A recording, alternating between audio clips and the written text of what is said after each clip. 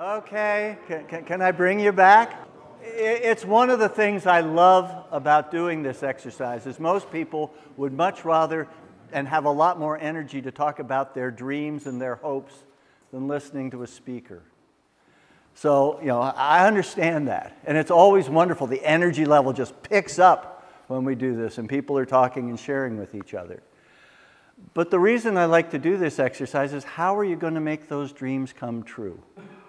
How are you going to get from where you've got an idea and you're talking to the person beside you about it to actually making it real? And for us, holistic management was a very important part of taking the things that we wanted as a family and making them happen and become actually not just a dream but a reality. So part of what we wanted was a sustainable farm. And to do that, we have to... There, okay, now we'll probably run past it. So, so much of agriculture is spent worrying about production, right? That's, if you went to, I went to college and took some agricultural courses. It's all about production. Who cares what happens to the community if one farmer's producing everything and nobody else has a job? That wasn't the worry of the folks. They just want more and more and more. But is it going to be sustainable if we don't look after the people involved, both on the farm and in the community, if we don't look after our land? And of course, we have to look after our money. If we don't look after our money, we're not going to be there. That was one of the early lessons that I got as a young farmer. But the other thing that Clem, in a sense, asked me to talk about was succession planning. So I added another line there, and that's the next generation or a new generation of farmers. It's certainly an issue for us in Canada, and it may be one for you here. But there we go.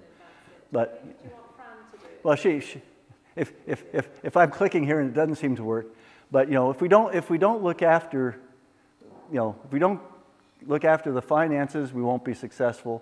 We can grow the best grass, but if we don't look after the people, we aren't going to really be successful in the long term. So we have to rethink how we approach agriculture and think about looking after the whole system. And that's basically what holistic management was all about. And in our experience, we took our first course in 1995. As I said, at that time, Fran and I were not exactly on the same page. I would get a little grumpy that I had married a novel reader. That wasn't what I thought I'd bargained for in terms of farm life. And she was getting a little tired of somebody who just thought if you put your head down and worked harder, somehow things would get better. So working together, we established what in holistic management we call the holistic goal. And it talks about the quality of life the people involved in managing the farm want to achieve together. It talks about the things you need to do to create that quality of life. And it talks about the things you need to have in your community and your environment in the future to sustain that quality of life. And what it got us doing was talking together as we worked in the course.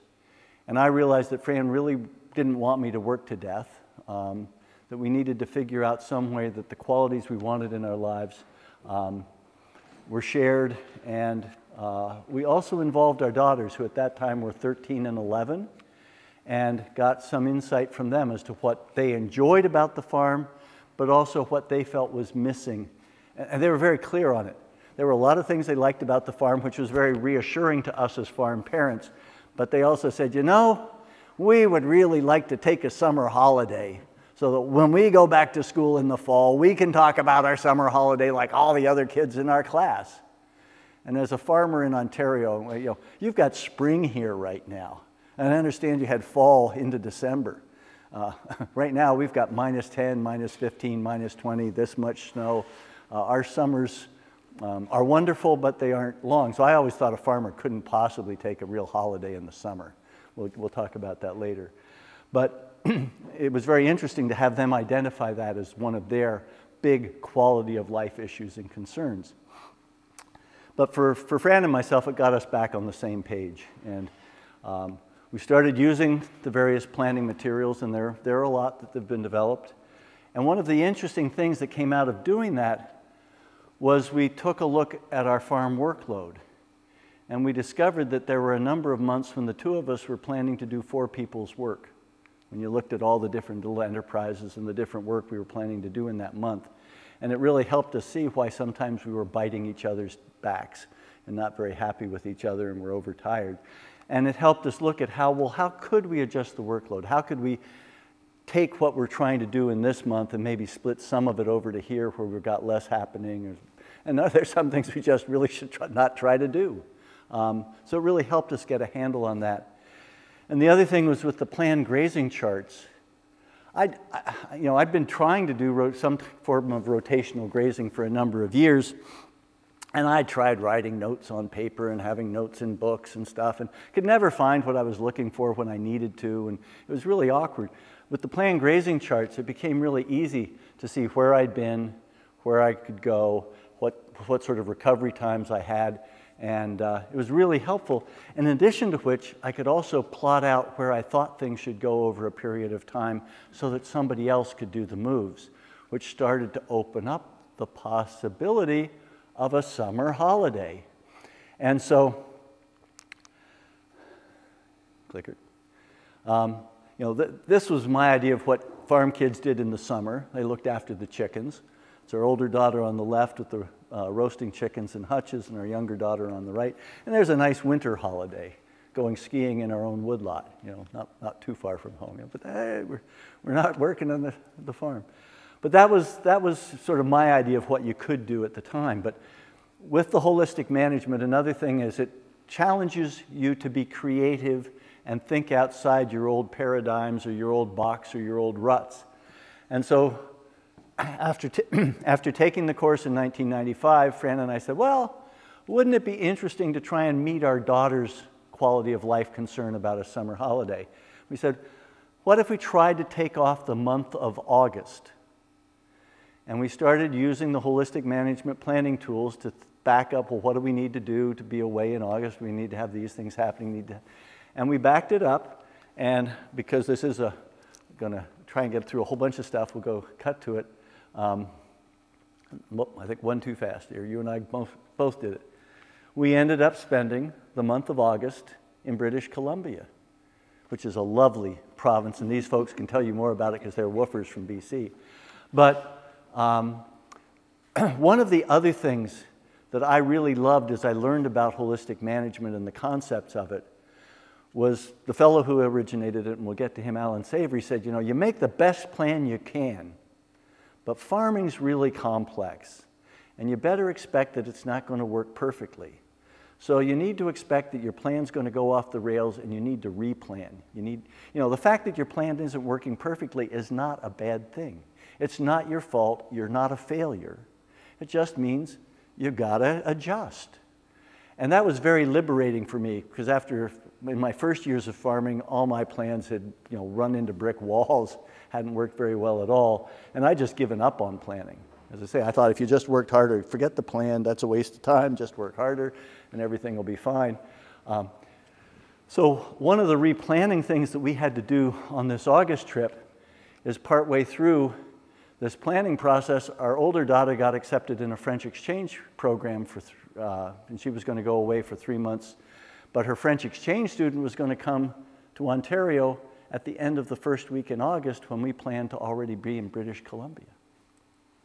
Does that mean we wreck our plan? No. We were able to, realizing what had to be done, make arrangements for the French exchange student to be landed in Toronto and then get on a plane and join us out in BC, where she got to spend 3 weeks seeing Western Canada. And so that aspect of replanning and how do you make things keep working toward your goal, your dream, your hope, but by adjusting was a very powerful part of it. So they got the holiday, and were amazed and surprised, and the farm was now starting to serve our family. Another question that came up shortly after we took does that look like fun? Yeah, well, it's not necessarily, because we always had to blow downhill. It's a 2-wheel drive tractor, and our lane slopes down to the west, and our winds come from the west. So you can imagine what blowing snow into a west wind does. It's not much fun. But we had a snowblower. It died, second big snowstorm of, I think, 1996. And historically, I was, no choice, just got to go out and get a replacement snowblower.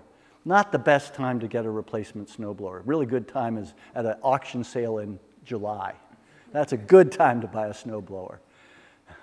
Second week of December, not a good time to buy a snowblower if you're looking to get one fairly affordably. But before taking the holistic management course, would have just said, well, bite the bullet, you got no choice, buy a snowblower.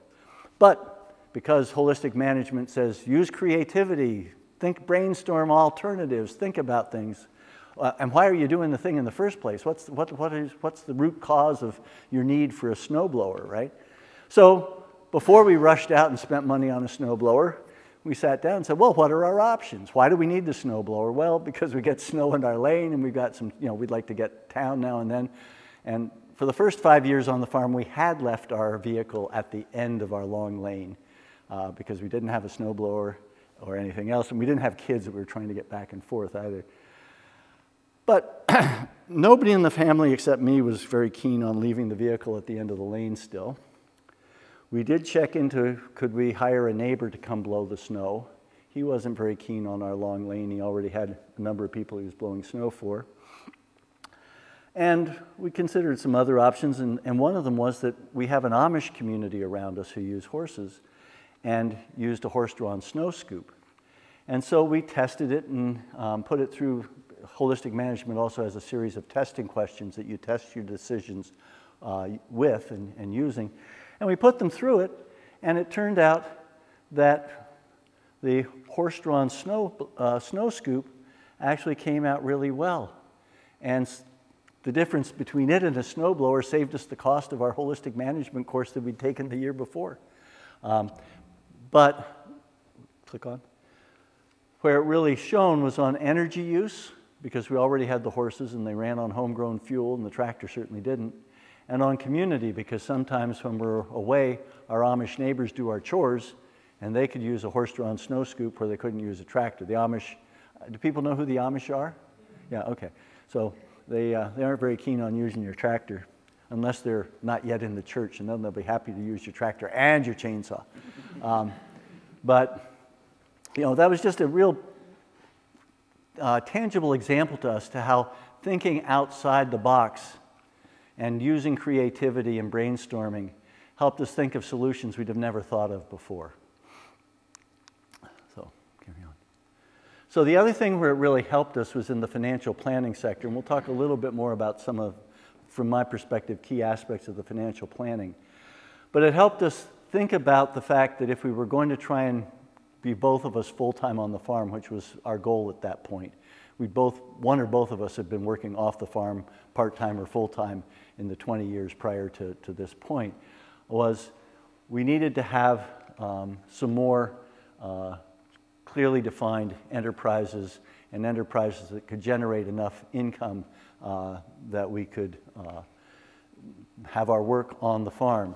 So one was a freezer meat retailing operation, and the other was a CSA, community-supported agriculture garden system. And again, using the financial planning tools, we could plan that out with enough confidence that it let us take that leap. So we'll step back and talk a little bit about where did this great process come from, or at least that we found so helpful. And it was developed by this fellow, Alan Savory, over here. And he was working in Rhodesia, Zimbabwe, and in Africa. And he was a wildlife biologist. Click on. And he came up with some principles as he looked at the systems they were trying to manage there. And it was that nature functions in wholes. We've got a science and a research process that tends to try and break things down into all these little pieces. But to really understand how things work, we need to see how they all interconnect and work together.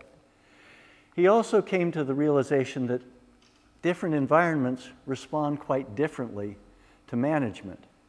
And whether a brittle environment or non-brittle, and a brittle environment is one that has seasonal rainfall or significant dry periods. A non-brittle environment is one that has much more even moisture levels.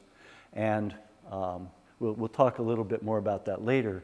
But the other realization he had watching animals in both game parks and on land in Africa was that we've thought, and a lot of people say, oh, you know, if you've got problems with livestock in a park or something, just reduce the numbers. And he'd been involved in a lot of culling of elephants and other large animals.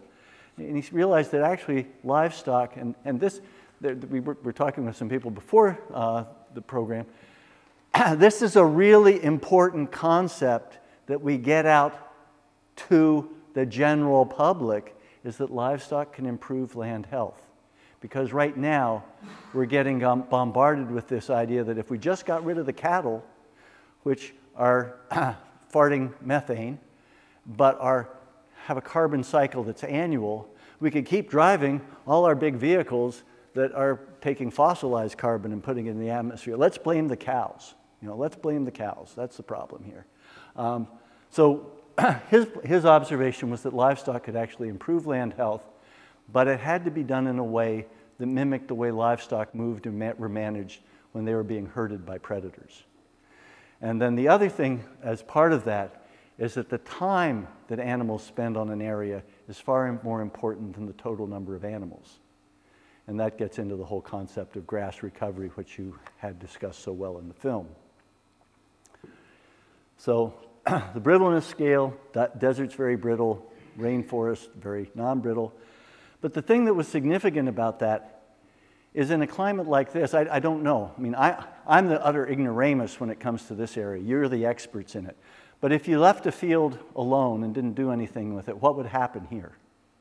Would stuff grow up and you'd start to see trees would start to grow and all sorts of things, and it would, you know, return to something that looked like a forest? Is that's what? Because that's what happens in our area. If you don't graze it or you don't clip it, little maple trees start sprouting up and little ash trees and that. So in a non-brittle environment, if you rest it, if you don't do anything with it, it starts to become more complex and more biologically diverse. But what he found in a brittle environment, in seasonal rainfall area, if you rested it, it actually started to degrade.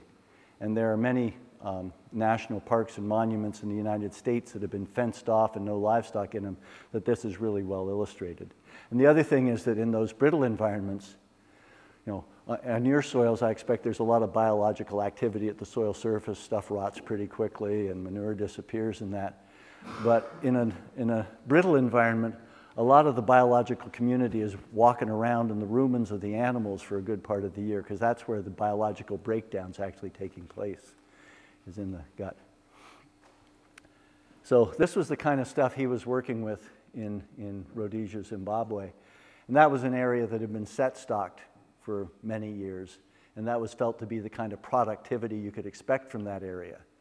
But then they started experimenting, and this shows an area 6 months after 200 cattle and 100 goats had been penned in or fenced and run in a fairly small area for a short period of time.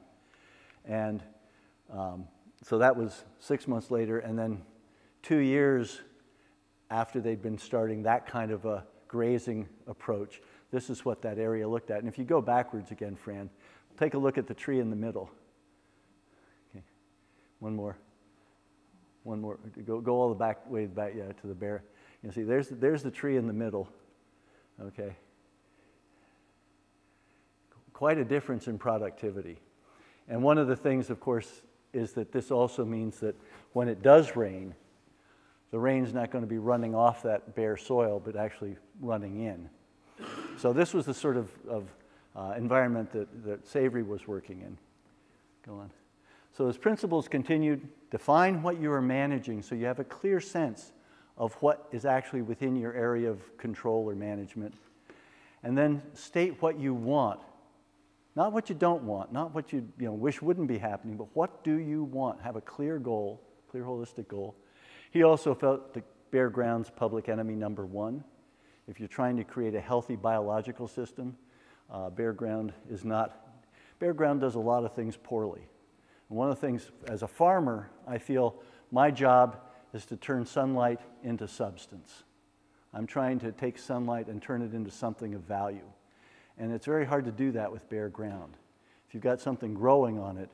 That's why I've never understood in our area, people like to have, spray Roundup so everything's killed before they plant their corn and then kill everything off afterwards. So you've got this 3 months of our growing season that's actually growing something, and the rest of the time it's bare and exposed either to erosion or just whatever. So I tend to agree with Savory, you may notice that. He also talked about playing with a full deck, which was the idea that you don't rule out things. You use as many cards as you need. You think about whatever tools you want. And then the other thing that was really important are the last two. Test your decisions. And you test your decisions against that holistic goal. And we'll talk a little more about that. But you test your decisions. And what we found is through the decision testing process, it helped us feel a great deal more confident in the decisions we were making. And one of the things that really affects how well things go for you is if you've ever had one of those decisions where it felt like, well, 6 of one and half a dozen of another, and well, okay, we'll go this way. But I'm going this way, feeling like maybe I should go that way, right? Very hard to have an effective, clear, and powerful effort if you don't have a lot of confidence in what you're doing or confidence in your decision. The other thing that helped us feel a lot more confident in our decisions was number 10, monitor for results. So just because I made a decision to go that way, if in my monitoring I discover that that's not taking me where I want to go, I don't have a lot of ego tied up in keeping moving in that direction. I think, well, it's not taking me where I want to go. It's time to replan. It's time to do something else. And so it meant that when we would make a decision, we could be wholeheartedly in it. But if, as we monitored it, it wasn't taking us in the direction that we wanted to go, then we could say, well, nope, okay, now we need to make some changes. So it gave us both the power to get behind decisions we made, but also the clarity that if they were wrong, we'd know it and we could make a new decision. We could make a new plan. So these were very powerful for us. So quality of life, family things are important, working on the farm's important, good food's important, we like to eat. So that was part of our quality of life statement. We also wanted to improve our land. So thinking about how we would manage our land and making decisions that took us toward that improved land, which was in our quality of life statement. And we wanted to make some money. So that was also in our quality of life statement. And it helped us become a lot more focused. Carry on, Fran. So when you're making decisions, there are all these things that we already use, and we keep using them. You don't throw them out if you start using holistic management planning stuff. But you use all of those, but often people had multiple goals and objectives, and often within families or farm organizations, Grandpa would like to be doing this, and Mom would like to be doing that, and Dad would like things to be going this way, and the kids, on the prairies in particular, they talk about Grandpa who's in his 90s still is the one who has signing authority on the checkbook, and the son who's in his 70s would really like to get there, and the kids who are in their 50s are still mucking out the pens and wondering whenever the hell they'll ever have a chance to do anything. So, and if you've got that kind of lack of communication and clarity, you've got people working at cross purposes. And that's part of the value of the holistic goal, is getting all the people who are involved in the decision-making and management activities sitting down together and say, well, what do we really want here? And listening to each other. That's another aspect of holistic management, is not just is listening as well as talking. You may not think that once I'm blathering away up here, but that is important. So in holistic management, the thing that comes first is creating the holistic goal, which talks about the quality of life and the things you're going to do to achieve that quality of life, and the things your community has to sustain to maintain that quality of life. And then the 7 testing questions, which we apply after doing all that other research and stuff that we normally do in decision making. How much is it going to cost? What'll it be? What'll the neighbors think? All those different things that come into decision making. But then with the 7 testing questions. And they fit into this holistic management framework. So the holistic goal with the quality of life, forms of production, future resources bases up there. We want to understand the ecosystem. We have a bunch of tools. And I will touch on this briefly. What do we think of when we think of tools, right? Most of us think of things with engines in them and hardware and stuff like that, right? But Savory's idea of tools was a lot broader. He said human creativity is a tool. Money and labor are tools. Technology, which is what I always thought of as the place where tools resided, is one tool. And it encompasses all those other bits of hardware and motorized crud that we like to invest in on farms. But rest is a tool, how you rest your land. Fire is a tool that's used in some areas quite a bit. Grazing is a tool that we can use. Animal impact and the living organisms, the bacteria, the fungi, and all the other living organisms we work with. And then below that are the testing questions and then the various management guidelines. And at the very bottom is that feedback loop where we plan, monitor, control, and replan. Carry on. So our experience at Meeting Place Organic Farm, creating the holistic goal, got Fran and I back on the same page. And we were now working together as a team again in a lot more effective way. And we had this large and powerful toolbox. And two of the things that were really key to us at the start was the grazing planning and the financial planning. So, desired results, better decisions that are socially, environmentally, financially sound, and that take us toward that holistic goal. And part of the power of it was using it. We started moving toward our holistic goal.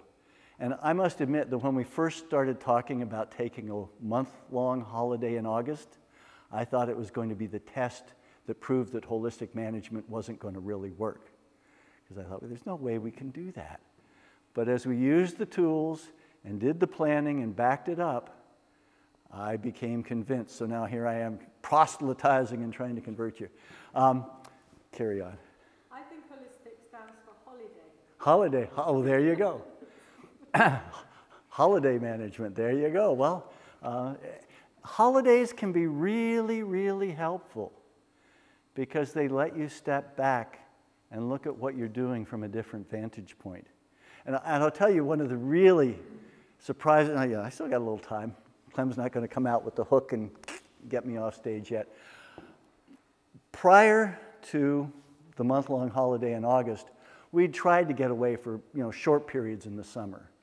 And I would pack 2 weeks of work into the week before we left, because we were going to be away. And the week we got back, we would get away for a week or 5 days or something. Pack 2 weeks of work into the week we got back. And the week we were away, I was fretting and worrying about what wasn't happening on the farm and what I wasn't getting done. So in a 3-week period, I'd packed 4 weeks of work into it and had a holiday where I was anxious and worried about what was happening at home on the farm. But when we went away for a month, I sure packed 2 weeks of work into the week before we left, and I packed 2 weeks of work into the week we got back. But now that was a 6-week period. And in the 2 weeks in the middle, the first week I was still thinking, well, should I call home? This was before cell phones, so they couldn't call us easily. But I was kind of fretting in the first week while we were away. But the 2 weeks in the middle, I just relaxed. We were far enough away, I couldn't get home. Wasn't hearing from them. Things had been okay when we called to touch bases. And I didn't really start thinking about what do we need to be doing on the farm until we were 3 days from home. So in a 6-week period, I'd packed 4 weeks of work in and had a real holiday in the middle and came back saying, I'm not as indispensable to this operation as I thought I was. With a little planning, we can do things and let other people enjoy the experience of running the farm, and it was good. So, holidayistic management, well, you can work on that. But socially, what's involved? Well, you want to involve all the decision makers, family, workers, whoever's involved in the day-to-day decision-making and the bigger decision-making on the farm. They work together to develop the holistic goal, and it defines the values and the quality of life that they want to see expressed in their operation. And then you figure out how to share the work of moving toward that holistic goal. Communicating effectively is really important, and effectively and honestly. And then over time, as you experience and work with it, you review and revise that holistic goal. The holistic goal that Fran and I had when our girls were in their teens is quite different now than it is when we're at an age where we're looking at retiring. So the holistic goal changes depending on where you are. So environmentally, we won't spend a lot of time on this, but we try to make sure that people have an understanding of the ecosystem building blocks, the water cycle, mineral cycle, the flow of energy through the system, and succession in terms of biological succession. At the end of this talk, we'll touch briefly on farm succession, but in this case, we're talking about environmental biological succession. But those are really important to understand because they're very important aspects of how we manage and move our farms forward. And I really like this quote because I think our larger society and culture has really lost track of this and is in the process of breaking itself against those laws. And I think it's why it's so important that as farmers, we learn how to use these effectively and then help our whole society get a better appreciation of how we can work with nature rather than breaking our whole cultures against those natural laws or principles. So from my perspective over the years, when we work with and understand the ecosystem, I think it can increase the productivity of the sunlight that's hitting our farms and reduce the stress on our animals. And again, it can decrease the need for off-farm inputs and also decrease the workload and stress on the farmers. And then there's just a real quick thing we can run through here, Fran. This is moving cattle, and you'll hear people say, oh God, so much work, you know, doing rotational grazing. Well, it's a bit of work setting up fences, but this is moving cattle, and they've been on the front piece for 2 days, and then the back piece 1 day, but they're moving into a piece, so go ahead, go through it fairly quickly until you get to the timeline. So we open the gate, they come over, they flow in,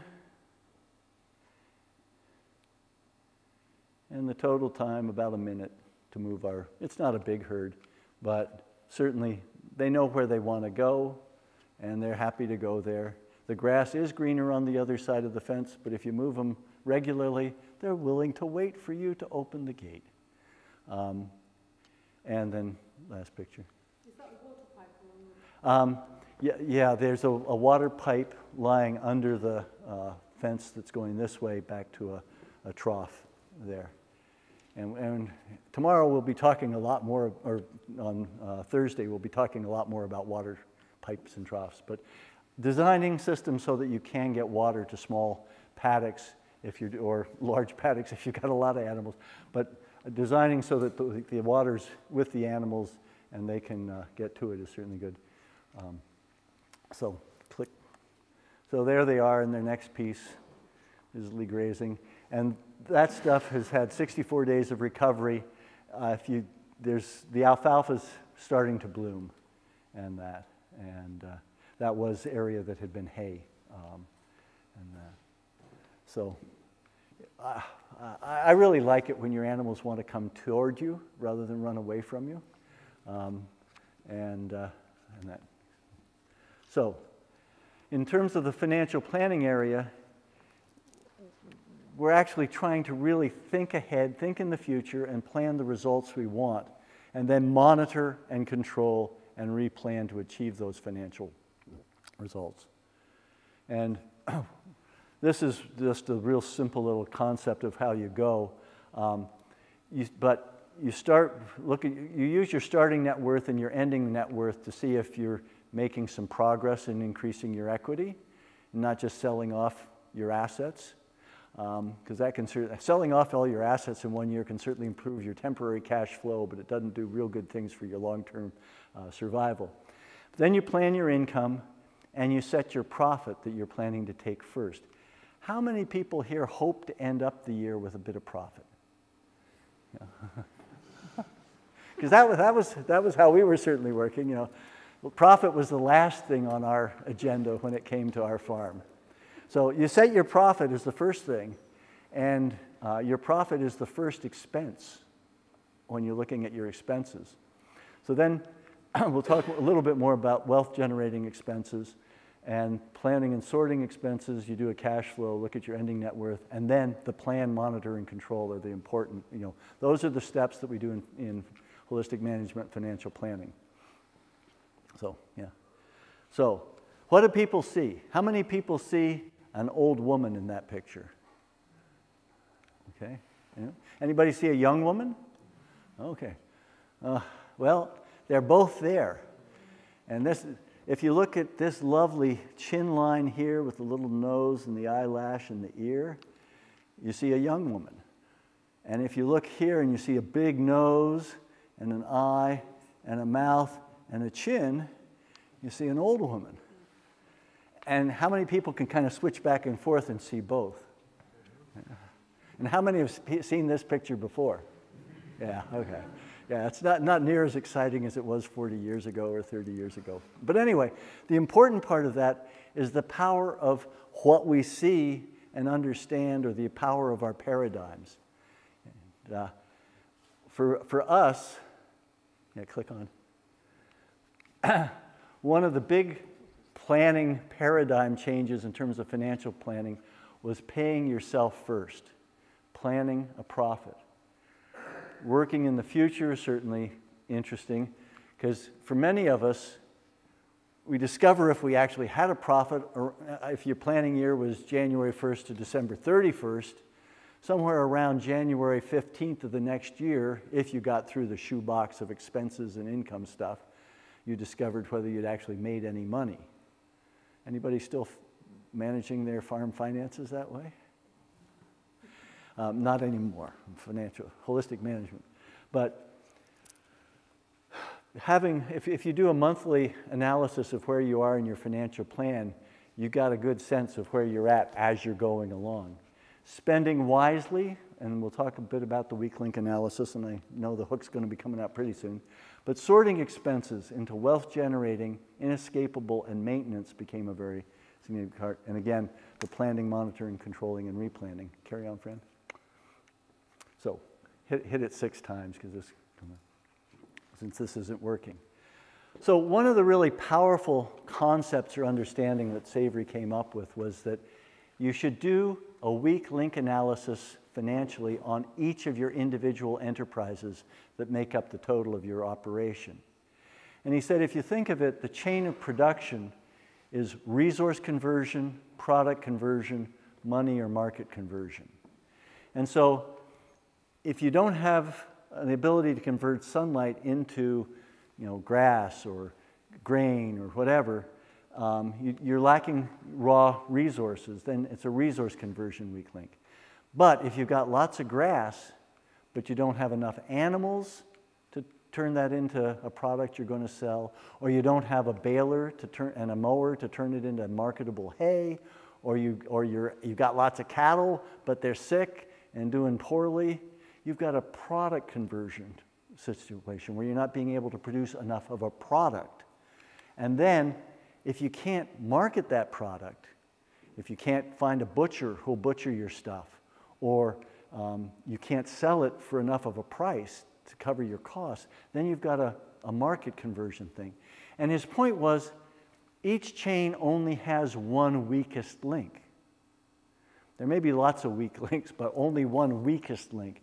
And unless you repair that weakest link first, you're really wasting resources, be it time or money, by bolstering other links. And this was a very powerful concept for us and a very valuable concept for us, because I like moving fences and I like being outside, and I did not particularly like marketing. But when we did an analysis back in '95 of our operation, it was pretty clear that the real weak link was our marketing. And doing that and realizing that if we were going to make the progress that we were wanting to do in terms of our quality of life and holistic goal, I needed to really buckle down and spend time doing that. And it was very helpful. And then after doing that for some years, it turned out that a different part of the enterprise became the weakest link because we'd gotten successful there. So each year, we evaluate each enterprise and do a weak link analysis and then decide, carry on. And so the other aspect of that is that, maybe I shouldn't carry it on, go back, is that once you identify the weak link, then that is an area where solving that or putting something that will help increase the value or strength of that weak link becomes one of the things we call a wealth generating expense. You maybe remember that previous slide that talked about wealth generating, inescapable, and maintenance expenses. Well, the wealth generating ones are ones that address a weak link. And so they're going to generate new wealth because they're going to improve the performance of that enterprise. The inescapable ones are things like taxes or a contract that you've already been committed to that you aren't going to be able to do much about that. And then the maintenance ones are all the other expenses associated with your business that if you need to try and tighten your belt, they're the places to look because you don't want to reduce the wealth generating ones, but are there ways to make the maintenance ones less costly?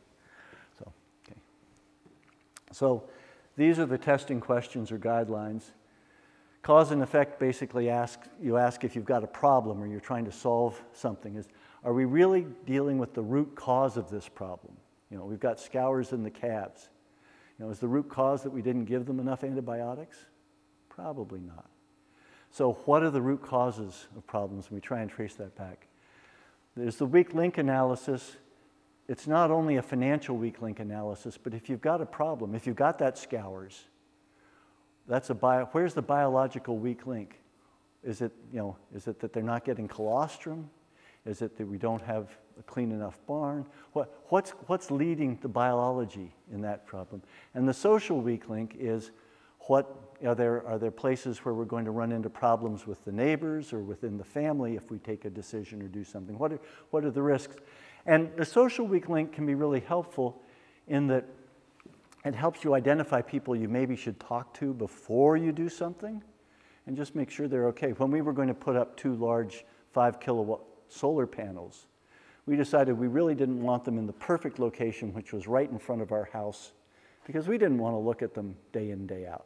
So we were going to move them and put them behind our barn and shed, but they were going to be where the neighbor coming out the lane might see them as something they were going to see first and foremost. So before deciding on that, I went over and said, Rosie, we're thinking of putting up these panels.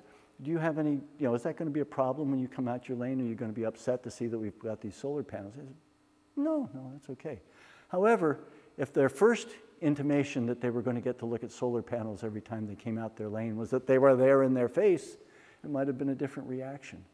So, thinking about it, was there going to be a social problem when we put in these solar panels, helped us possibly preempt any neighborly awkwardness. Marginal reaction is used when you're comparing 2 or more enterprises. What's the return per hour, per acre, whatever, between 2 different options or opportunities. Gross profit analysis looks at what each enterprise contributes to the overall operation. Energy money use and source. Are we using renewable energy or non-renewable energy? Are we using money that comes out of the cash flow of the operation? Are we having to borrow it? Where are things coming from? Sustainability. How does this going to affect things for the long term? And then society and culture is a very interesting one. It's the one we use at the last. It also is called the gut check. And it's really fascinating. People are remarkable information processors. And when you've gone through the other questions, it's surprising how, when you say, how do I feel about this now? Is this really taking us toward our holistic goal? You often have a much clearer sense of having asked these other questions. Yeah, this really makes sense. It's a good decision or no. So it's the one that we always do at the end. So, okay. Carry on, Fran. We got. So this is what it ensures. Carry on. We're going to zoom through here. Why have a holistic goal? Because it really pulls you towards something if you have a clear goal. And carry on. So our farms can be sustainable if we do all this stuff. Carry on quickly. Click, click, click, click.